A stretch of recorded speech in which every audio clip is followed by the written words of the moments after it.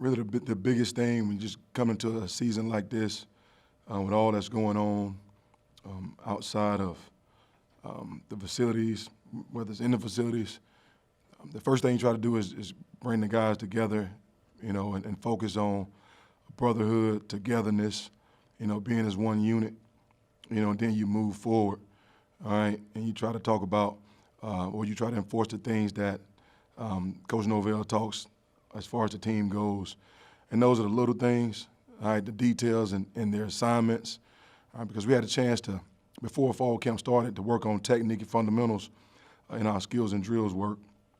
So now the focus is, all right, the mindset, all right, playing the next play mentality, all right, and just to find details in every assignment, so.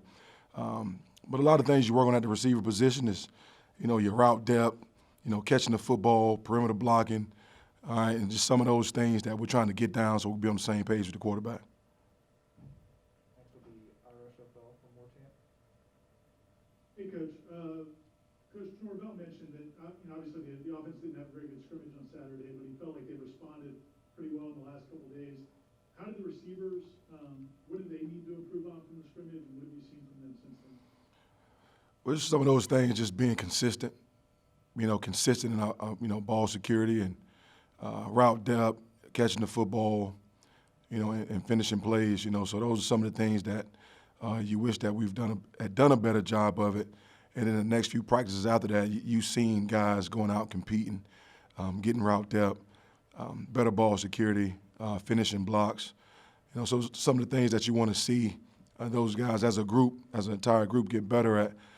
So just being consistent in the route depth, catching the football, the ball security, and just the details in the assignments. That's the biggest thing, just being consistent in the assignments. Just focus on details. Next will be Kurt Weiler from Tallahassee Democrat. Hey, you're talking a lot about the details, and I know that's something that played a role in Tamorian's decision to come back, kind of wanting to refine his game. I guess, what have you seen from him in terms of his commitment to that and the strides he's made there this preseason? He's made some strides. You still want to see him be more consistent, and working on that craft and getting better and working on that toolbox that I give these guys, But that's some of the things that you want to see out of him, just being consistent. He's gotten better.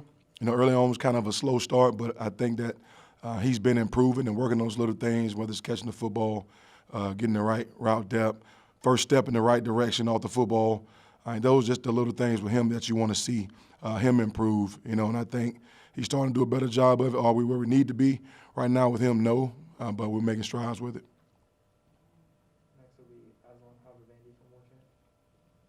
Coach, you're talking about all these fine details to being a receiver. You're a receiver's coach, obviously, but what sort of role have you had in terms of managing Warren and DJ and trying to keep their feet grounded and amongst the kind of turmoil they were dealing with earlier on in camp?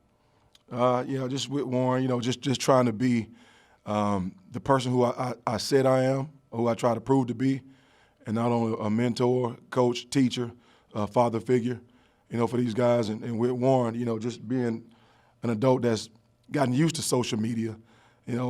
One day, everybody can be, all in with you, and then you put something out there, and then all of a sudden everybody's pointing the finger and calling you bad names.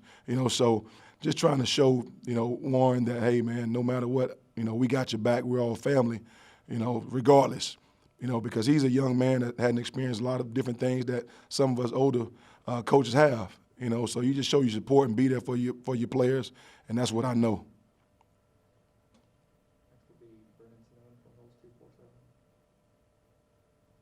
Hey, Coach, we heard from Coach Norvell the other day about Keyshawn Helton. He said he's full go now. I guess, what's it been like to see his rehab process and where he's at now, and what does a healthy Keyshawn do for the wide receiver room?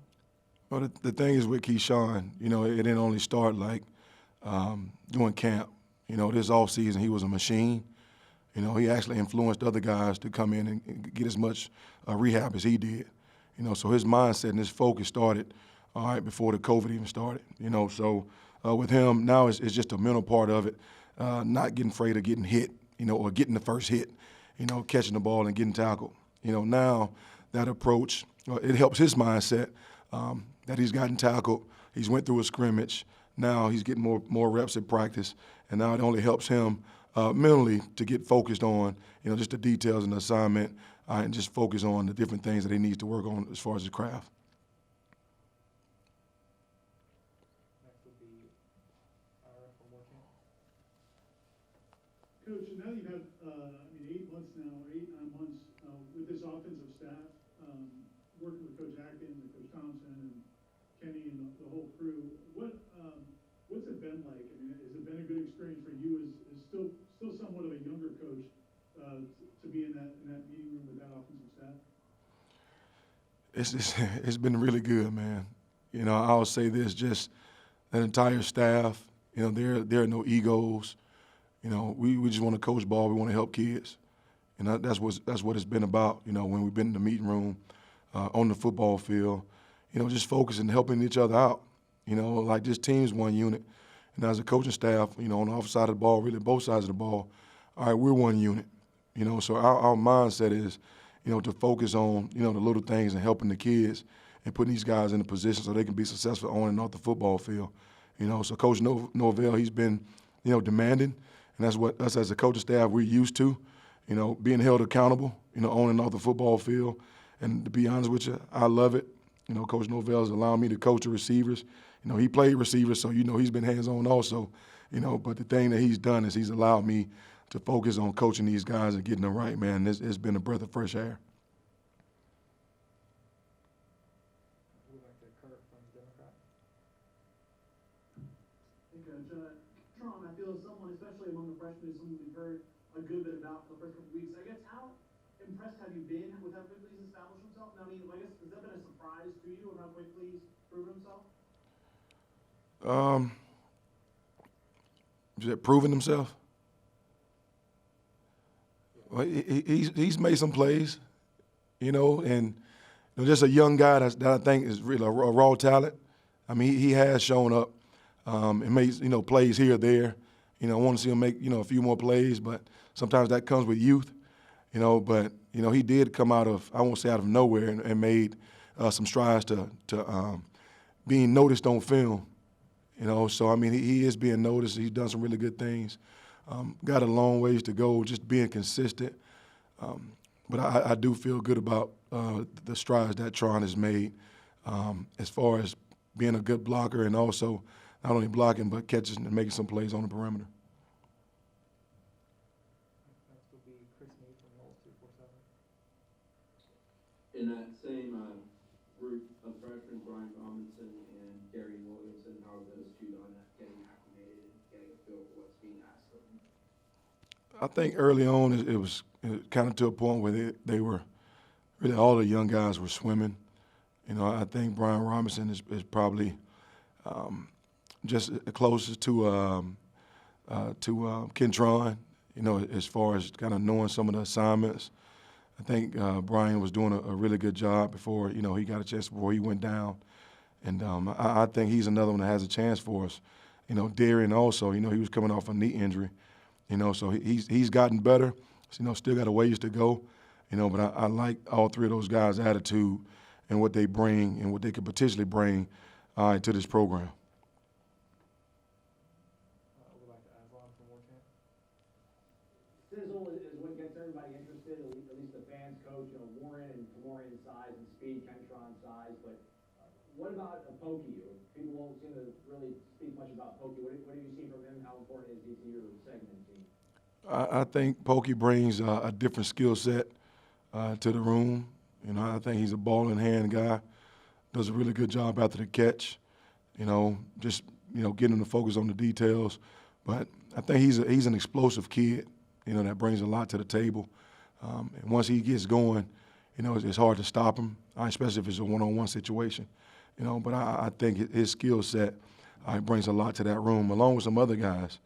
Like you talked about Keyshawn, you talked about Pokey. You got some other guys that stepped up and played some major roles too. You got Jordan Young that's done a really good job, stepping up and competing, also. So it's that room, that entire group, brings something different to the table that does a really good job as far as competing, helping each other as a group. as a whole to get better, you know. And to be honest with you, I just want these guys to compete like I used to compete. You know, how these guys used to compete when I used to play, you know, and these guys are taking to that, you know, and helping each other out and competing their butts off and wanting to be the best, you know, wanting to get better daily, wanting to be the best teammate. I want to be the best brothers, all right, and helping each other out. And that's what it's about, man, just one unit, not about one individual. You know, and that's how we're going to move forward as a receiver group this year. All right, last one will be Ira from War Chant.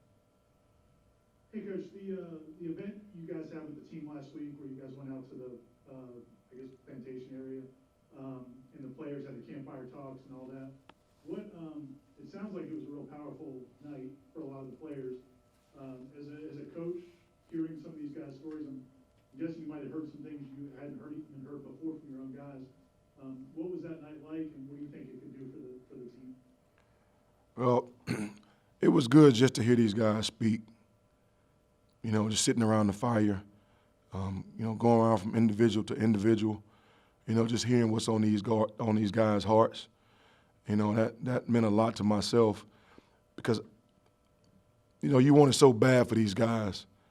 You know, and you preach and give a message to these guys, you know, daily, important to them daily, and try to touch the hearts and mind of them. And then when you just sit back and get a chance to hear these guys talk and just hear what they got to say, you know, it makes you proud as a person and as a mentor, as a father figure, not only a coach, but just to hear these guys' heart and what it means to them, you know, to be a really good teammate, what it means to them to be a receiver at Florida State, you know, what it means to them to be, you know, just wanting to be the best and want to be the best teammate and not necessarily even talk about football, you know. So, you know, as a coach, you know, I got emotional because heck, man, this is my school. You know, that's my group. You know, got a chance to play the same position. And just to hear those guys talk and just have respect for one another and the different backgrounds, different ways these guys were raised, you know, that was, like for myself, it was just very emotional to hear these guys speak. And it meant a lot to me because, you know, that just you know, made me feel like, man, I can't let these guys down. And these guys depend on each other. You know, these guys depending on me. You know, so just to hear those guys, you know, talk, it carried over to the next day with myself. You know, because I got a chance to, I found a coaching or a teaching moment to teach and instill more in these guys. You know, so just to hear that, you know, that hadn't been done. I hadn't seen it done in so long. You know, but just to hear these guys get a chance in a different environment to just talk, you know, and just to listen. You know, and sometimes you need that because that, especially that receiver position, especially what's going on in America right now, you need that somebody that just, I don't need you to talk, I just need you to listen and hear my heart. And that's what you got out of that night.